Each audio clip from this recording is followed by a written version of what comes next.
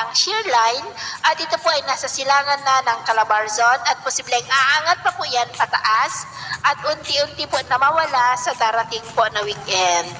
Samantala, ang amihan naman ay patuloy pa rin ang pag-ihip sa malaking bahagi ng Luzon na nagdudulot po ng preskong panahon. Ang LPA naman ay papahina na po at posibleng malusaw na yan anytime at base nga po sa datos ng JTWC o yung Joint Typhoon Warning Center ay nag-dissipate na po ito. At sa atin pong long-range forecast ay nananatili naman po na walang bagyo na nakikita na tatawid dito sa ating bansa for the next 5 to 7 days.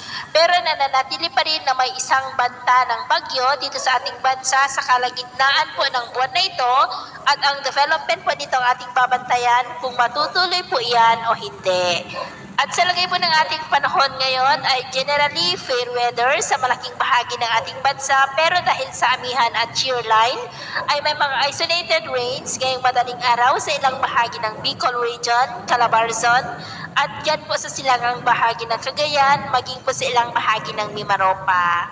At mamaya ay sisikat ang araw sa malaking bahagi ng Visayas at Mindanao pero dahil pa rin sa amihan at shear line ay may mga isolated rains dito po sa ilang bahagi ng Cagayan Valley, ilang bahagi ng Calabarzon, Bicol Region at Mimaropa. At mamayang hapon, posibleng malalakas na ulan ang mararanasan po dito sa malaking bahagi ng Northern Luzon, ilang bahagi ng Central Luzon at yan po sa may Southern Luzon, sa Visayas at Mindanao ay may mga isolated rains lamang pero mga mahihina lamang po at panandalian.